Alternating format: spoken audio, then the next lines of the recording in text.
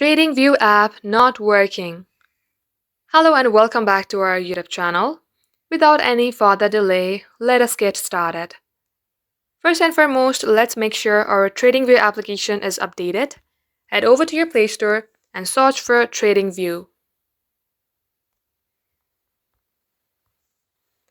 If the application shows open, it means it is updated. In case it shows update, tap on update and update your app. Once done, head over to your settings. And here scroll below until you see apps. Here again search for TradingView. Tap onto your app, then tap on storage under usage.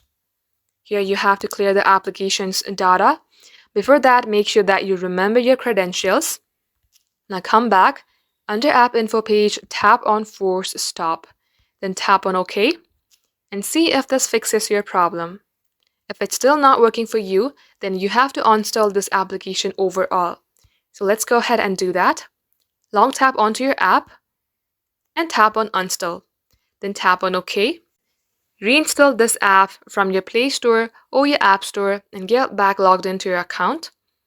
This will definitely fix your app not working problem.